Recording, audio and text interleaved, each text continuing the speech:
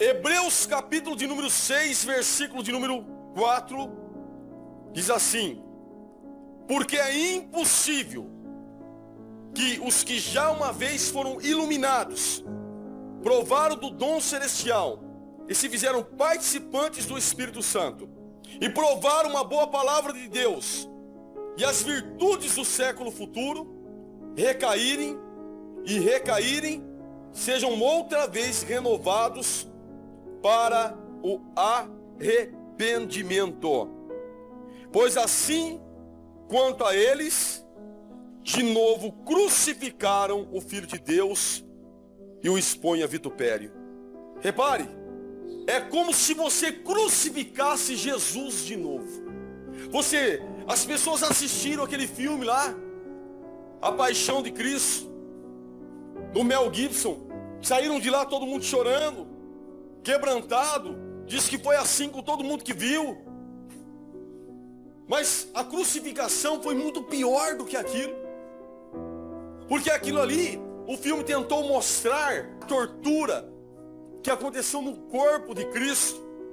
Mas existiu algo maior do que isso, que foi a parte espiritual. Outras pessoas morreram crucificadas, morreram devoradas por leões, morreram queimadas, esquartejadas. Hebreus 11 fala de homens cerrados pelo meio. Tudo isso aconteceu. Mas o peso espiritual do pecado de toda a humanidade estava, além de tudo aquilo, sobre as costas de Jesus. Se você parar para pensar que nem mesmo todas as mortes que teve no dilúvio pôde aplacar a ira de Deus e apagar a herança do pecado de Adão que estava sobre a família de Noé. Ele continuou levando o pecado, não teve como. Por quê? Porque para poder aplacar a ira de Deus, para acabar, para o preço ser pago, só o único sacrifício de Cristo, o Cordeiro de Deus, Jesus Cristo, que nos amou quando nós éramos ainda pecadores, conforme diz a tua palavra. Agora você imagina que toda vez que você desiste, conforme diz aqui a palavra do Senhor no versículo 6, e recaírem, sejam renovados novamente. Por quê? Crucificaram o Filho de Deus e ainda expõe ele ao rebaixamento, ao vitupério, né? Isso é desvalorizar, é expor publicamente. É a mesma coisa de você estar crucificando o Filho de Deus de novo. É o que diz Hebreus. E Hebreus está de acordo, a passagem do capítulo 6 com o capítulo de número 10. Porque quando nós olhamos o capítulo de número 10, do versículo de número 26, fala assim: porque se pecarmos voluntariamente, depois de termos recebido e conhecido a verdade, já não resta mais sacrifício pelos nossos pecados. Não tem mais. O sacrifício pelo nosso pecado foi Cristo. Agora, se depois que eu conheci, eu abandono a Cristo, eu começo a colocar de uma maneira desvalorizada, na verdade, não tem mais sacrifício para mim. E digo mais, o versículo 27 diz: o que resta é uma certa expectação horrível de juízo e ardor de fogo, que há de devorar os adversários. Agora veja, quebrando alguém a lei de Moisés, morre sem misericórdia pela palavra de 2 ou 3 testemunhas. Ele faz uma comparação. Olha, lembra da lei de Moisés? Era algo sério. Deus havia dado a lei para Moisés. Se alguém quebrava aquela lei, por 2 ou 3 testemunhas, a pessoa morria sem misericórdia. Era algo sério. Mas pior do que isso é alguém fazer isso aqui, ó. Versículo 29. Mas quanto de maior castigo cuidais, você será julgado merecedor aquele que pisar o Filho de Deus. Versículo 29. É crucificar Jesus. É pisar em Jesus. O que é pior? O que é pior? Quebrar a lei de Moisés ou pisar o Filho de Deus? O que será que deve ter um castigo pior? Alguém quebrar a lei, de repente, que um juiz colocou, ou pegar o filho dele e pisotear o filho dele, e ele vê tudo aquilo? O que será que vai trazer maior castigo para uma pessoa? O que será que vai ser mais pesado? Pois a palavra do Senhor diz que é isso que acontece quando nós desvalorizamos a obra que Cristo fez em nossa vida e passamos a valorizar mais as coisas daqui dessa terra.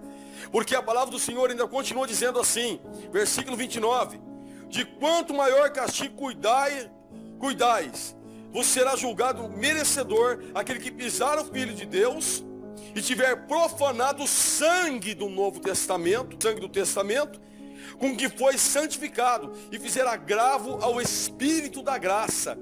Pois bem conhecemos aquele que disse, minha é a vingança, e darei a recompensa, diz o Senhor. Em outra vez, o Senhor julgará o seu povo. Horrenda coisa é cair nas mãos do Deus vivo. É como pisar o Filho de Deus, veja bem, é como profanar o sangue do testamento, e aqui é da nova aliança, é o sangue de Cristo, e é como fizer agravo para o Espírito da graça.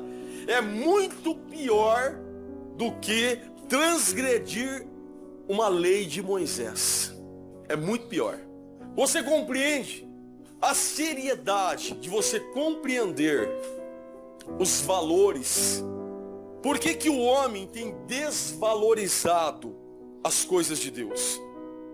Eu acredito que o cristão, ele não tem noção do que aconteceu. Não é possível que ele tenha.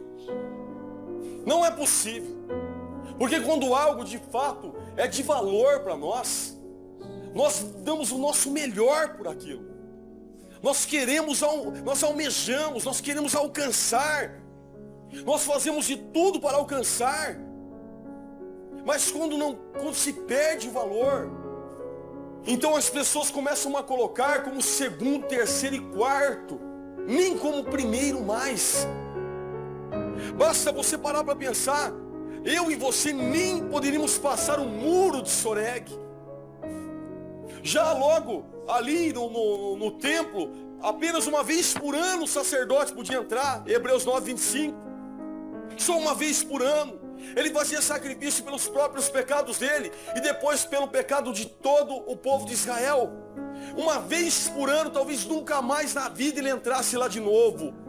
Os outros sacerdotes não poderiam entrar dentro do Santo Santo. Eu e você, existia um limite no templo, um muro chamado Muro de Soreg. Nós não poderíamos passar aquele muro. Havia uma escrita, um alerta, que todo gentil que passasse aquilo ali morreria. A pena era de morte, era por apedrejamento. Eu e você nunca estaríamos ali, nem sequer num lugar chamado lugar santo, que é antes o Santo Santo. Existia um pátio especial para os gentios, sabe? Nós éramos separados, havia parede de separação. E quando Cristo ele morre por mim e por você, quando ele entrega o Espírito, o Evangelho de Mateus mostra e diz que o véu do templo rasgou-se. O véu do santuário, do Santo Santo, ele rasgou de cima para baixo, mostrando que a salvação veio do alto. E abriu-se as portas dos Santos Santos, para que você pudesse agora, todos os dias que você quiser, que você dobrar o teu joelho, você tem comunhão com esse Deus. Você não tem que ser mais agora o sumo sacerdote.